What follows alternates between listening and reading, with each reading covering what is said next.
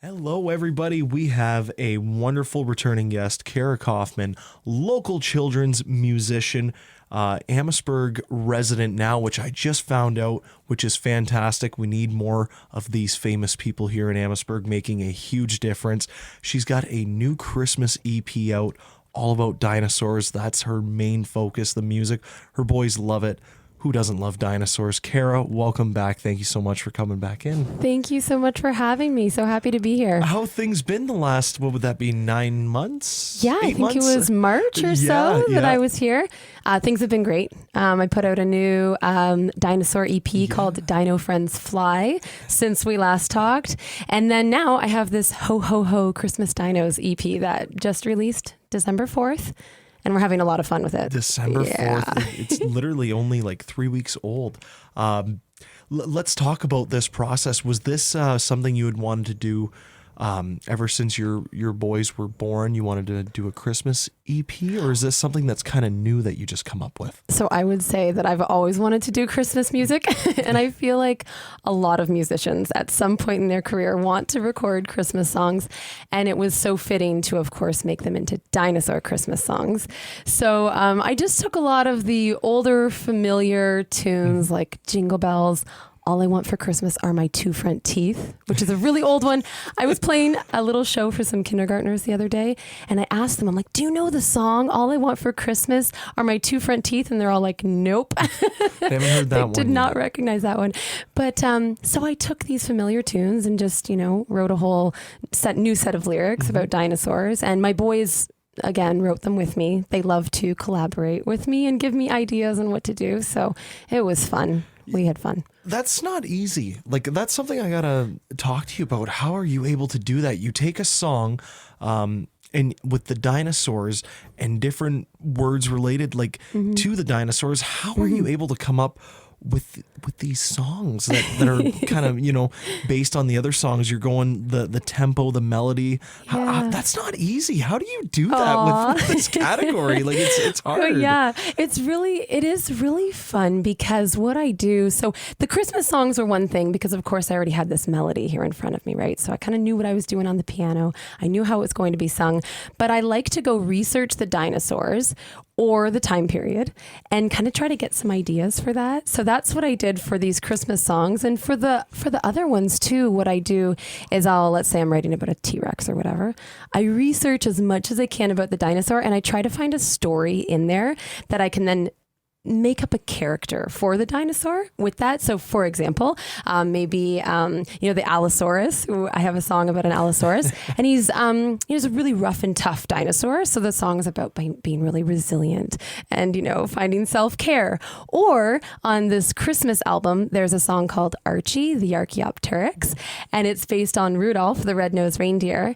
And Archie, she is a dinosaur, but she looks like a bird. So she's different, right? Just like Rudolph was different. His nose glowed. So the other dinosaurs make fun of her for what she looks like, and they don't let her be a part of their dino crew. But of course, Santa calls on her because she has these beautiful wings and he needs her to help save Christmas. And, Archie is sort of suddenly filled with the magic of Christmas, which is sort of the sense of profound joy, that fills her and that she then wants to share with the world. And the other dinosaurs, they're wrong for judging her for the way that she looked, but now they can see her for what she can do. So that's where the story of Archie came about. What a description. That makes my job so much easier. We can go right into that if you would like. We can play Archie the Archaeopteryx now. I love that. You thank you for that. That was a wonderful description. Course, yes, I love Archie. So in the style of Rudolph the Red-Nosed Reindeer, I love the comparison. Is it because they both can fly? Well, yes. Now, she can fly because she's got these wings. Now, I don't think the Archaeopteryx itself could fly, but so this magic, though, fills her with, the ability to use those arms that looked like wings to fly a Santa's sleigh. Just like Rudolph and the other reindeer. Exactly right. Well, wonderful. Without further ado, let's jump into Archie, the Archaeopteryx. I hope I said that right. Yes. I've been having a hard time off air. I'll tell you, I had spent a whole month just trying to learn how to spell it. So, well, here it is on CKBG, The Berg. Wow, that was wonderful. Off air, I was saying to Kara, what a creative mind you have to be able to come up with these songs, these different topics, all about dinosaurs, different words. I don't know how you do it. It might be easy to you, but someone like me, this would not be an easy song to try and write, to try and mimic another song, but a different topic. The dinosaurs are huge, and there's so many different names. Like I was saying, Archaeopteryx. I was having a hard time pronouncing that earlier. How you're able to come up with these songs is really remarkable.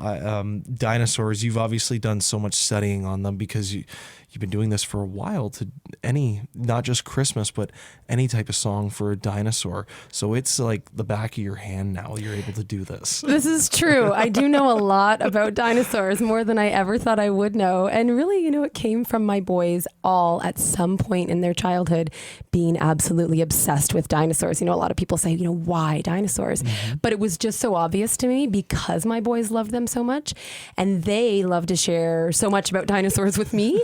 And so it just felt like, a natural extension to if I was writing children's music to make it about dinosaurs. I love that when we think about paleontology and dinosaurs, it's really mind-opening for children, because not only are these like really cool creatures being unearthed, right? It also allows them to think about how science can change, how we can question things, how we can know something and think we know it for sure, but then we discover something new. So I think I really like that layer to it. And I also try to bring that into the songs, like as though here I'm sharing this with you now about this dinosaur and this could all change in 30 years, So I find it so fun, and there's so much to write about. Mm-hmm. Yeah.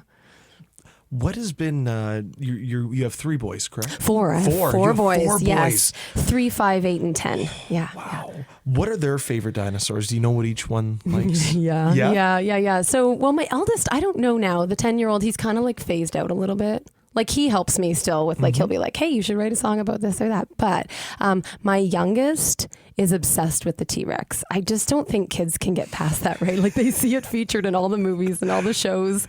He just got a new T-Rex actually the other day for an early Christmas gift. I think, what would the other boys? I mean, I think they love some of the ones I've written about, right? So, the Mosasaurus. So it's not a dinosaur, it's a prehistoric marine reptile. It's this big, scary, like shark-like thing. And so Milo, my little guy Milo, loves the Mosasaurus. So yeah, they do have some favorites. Oh my God, I've seen a picture of that. I just looked it up. That's terrifying. So that's what's funny about the song. I thought, how do I write a kid's song about this really super terrifying reptile? But the idea was this. The song has this really cool groove to it. And, the Mosasaurus is kind of like scary. But what you find out in the song is that he doesn't want to come across as scary, and he really just wants a good friend. And so that's the Mosasaurus song. So I really do just try to have some fun, with the songs. And yeah. What about you? What's been your favorite? Oh my gosh. Because you know a lot. You've done a lot of research. There's so many. So my favorite dinosaur. Oh, I don't know. How about that little Triceratops right there on the cover of the Christmas dinos? So cute, carrying a tree. Yes. Yeah. What I love about the Triceratops too is it's so ubiquitous. Like we see it all the time. It's so common to all of us, but there's actually a lot we don't know about. And of course, but there's also these, facts that are known, but that we just don't read about ever. But they actually had the most unique teeth that scientists have ever studied. So that's the Triceratops. This is something new. I love it. I learned something new. Yeah. Now that's great. The album cover there, the EP cover is great artwork. Did you do that or did your boys do that? Okay, so I did it, and I have to give a shout out to Canva. Honestly, I use Canva for everything right now to help me out with album artwork and my social media posts. So if anyone hasn't used Canva before, it's a platform where you can design things that you need to design digitally. And so I've used it a lot, and I really appreciate it. So you can take different elements and put them together. And so that's what I did there with the dinosaur and the Christmas tree on its back. Oh, I love it. Well, did your boys have any say okay, I like it like this? Definitely. So then I will let people know if you download this from my website, And even if you just listen to it online, you can go to my website and also get the lyric booklet. But the lyric booklet comes with the digital download if you do buy it off my website. And they had a lot of fun creating the lyric booklet with me. So they would put in little dinosaurs, some Christmas, ornamentation here and there in the lyric booklet. So yeah, they're a part of it all. Oh, wonderful. Yeah. I love it. KaraKaufmann.com. KaraKaufmann.com. There That's we right. go. Yeah. Make sure you check out her website.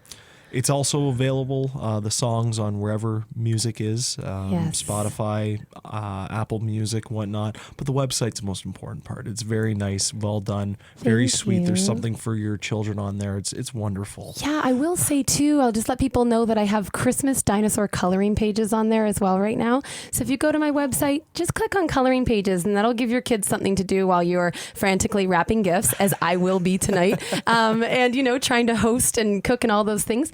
Go print off some coloring pages and put out a box of crayons. Alrighty. That's wonderful. People will love that. Keep the kids entertained. Let's talk about this other song, All I Want for Christmas Are Dinosaurs. Yes. Oh, boy. Yes. Yeah. Different dinosaurs mentioned in this song, or is just the person talking about it just once? Just this child, yes, talking wants about, I want any all the type of dinosaur. dinosaurs. This is what I need for Christmas. And it's kind of funny. The child is, walking up and down the toy store and saying, I just want to take them all home with me, and writing letters to Santa. So this was the first one we recorded. I recorded again in LaSalle at Highland Studios with Luc Michaud. He produced and engineered this EP, just like my others. This was the first one we worked on. So fun to do. And so I think there are probably a lot of dinosaurs being wrapped up and put under Christmas trees this season. Well, awesome. This is fresh from her new Christmas EP, Dinosaur Christmas EP. Kara Kaufmann, All I Want for Christmas Are Dinosaurs. Here it is, folks. That's wonderful right there. All I want for Christmas are dinosaurs. I don't know if I'd want them personally anymore. They were pretty scary, the prehistoric times and whatnot. But children's imagination, of course. I mean, have your boys seen Jurassic Park at all? Okay, they have. They I have. wasn't sure at what age this would be appropriate for them to watch it. But it's interesting how, I think my 10-year-old could be like a little like, whoa, that's violent. But my 3-year-old's like, oh, it's being eaten by a T-Rex. That's fine. So it's amazing how they're okay with it at a young age. But I didn't know if any of them kind of were, if they had seen it, if they were like, oh, wow, they're like kind of scary. Yes. Like, oh. yeah, at different ages, I think it hits differently for sure. But it's really interesting to watch the little ones. Like, they're like, that's just life. So Yeah. like, wow. That's life. Seems terrifying to me. Yeah. That's just life. Have you ever been asked anything about dinosaurs, like what you would think if they were still here? My kids ask me They every ask you day. that all the time? Okay. Every day. What would it be like? I wish they were still here. All those. Yeah. So for you, what do you think would be one benefit if dinosaurs were still on Oh my Earth? gosh. That all the kids would be really happy about this. No, I guess we wouldn't exist, would we? I would have a really hard time with that. Yeah.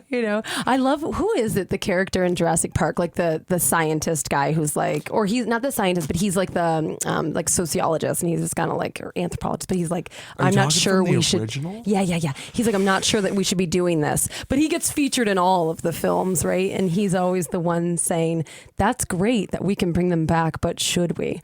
Anyway, he's my favorite character, but. What's his proper title? Sorry. Gosh, I don't know if he's a sociologist in the show, but Here we are. We're both looking it up we're right both, now. but we'll chit chat about other things while we're both frantically Googling. Yeah. Everyone else listening is probably like, I know who you're talking about. But anyway.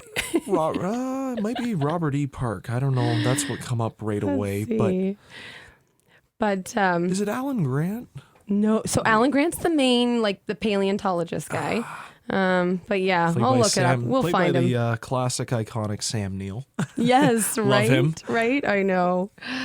No, dinosaurs, I think most children love them. I know I was kind of into them too and whatnot. I thought they were really fascinating that these creatures used to roam the earth. Right. And get It's- took out by a huge meteor. Okay, it's really amazing to think about, Yeah. right? And doesn't it then you think like, what are all the other things we still don't know about? I mean, Exactly. they're unearthing dinosaurs all the time, new animals all the time, finding ruins all the time. Like I think that's really amazing. What a cool job. What I really like too is when scientists are able to put together what this certain dinosaur would have sounded like. Its scream. Like that's so cool. Yeah. And so what's funny is I have this song, A Dino Snowball Fight, and in it, we think that dinosaurs did these big roars, right? Yeah. And actually what science is saying now is that they actually probably did a lot more trumpeting and a lot of like bird squawking more than they did like these really, big roars. And they said some of the sounds they made, we wouldn't have even necessarily heard them. We would have more felt them as like a rumble with our human ears and senses. Interesting. Isn't that so cool? I haven't heard that. Whoa. Yeah. So that was new information to me. And actually, so I put that in this Dino Snowball Fight song that they're,